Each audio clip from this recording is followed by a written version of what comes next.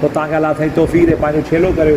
पर छेला अॼुकल्ह महांगा आहिनि त पोइ पती थोरी थी पवे। मिसाल तौरु 70,000 में ढोर मिले थो त तव्हांजूं 7 पतियूं 10,000 रुपए माण्हू हा जेको गोश्त घर अचे 10-12 किलो अची वेंदो। पोइ उनखे टे हिसा करियो, हिकिड़ो त पाण रखो, हिकिड़ो त पंहिंजे मिट माइट उनजो बि हक़ ऐं पोइ बाक़ी टियों सो ग़रीबनि मिस्किन पाण खे विरिहाए ॾिए।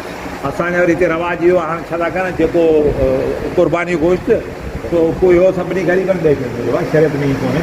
ऐं पाण पंहिंजे हथ सां क़ुर्बानी कंदो आहियां ऐं पोइ हुन गोश्त खे टे हिसा करियां। हिन साल मूंखे लाज़मी कोन्हे, मुस्तहब आहे। ऐं जेके सभु ॿिया वरी वॾा माण्हू छा कनि क़ुर्बानी कनि बकरे जी, सॼो बकरो वरी डीफिली तरह हणे छॾनि, पोइ 2-2.5 महीना पिया खाइनि। मुंहिंजी यार इहा क़ुर्बानी कान्हे। हिकिड़ो सो पंहिंजे लाइ रखो, हिकिड़ो पंहिंजे अज़ीज़नि क़रीबनि खे विराए ॾियो, हिकिड़ो सो पोइ ग़रीबनि।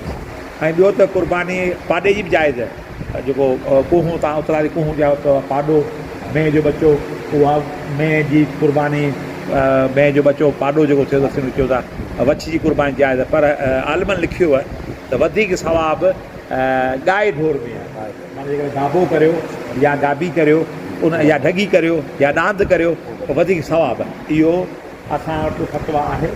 हाणे आउं तव्हांखे पंहिंजो तरीक़ो ॿुधायां, क़ुर्बानी पंहिंजे हथ सां करियो वधीक सवाबु। गोश्त खे करियो टे हिसा, हिकिड़ो सो पंहिंजे घर में रखो, हिकिड़ो पंहिंजे माइटनि खे ॾियो उनजो बि हक़ आहे, ऐं हिकिड़ो हिसो वरी ग़रीबनि मिस्किन में विराए ॾियो। इहो थियो शरई मसइलो।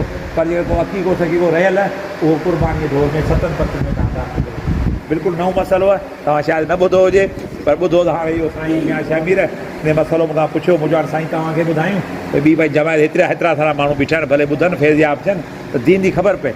माण्हू खे दीन जी ख़बर ई कान्हे। तो अलाह तव्हांखे पुछ रखे आभार कया।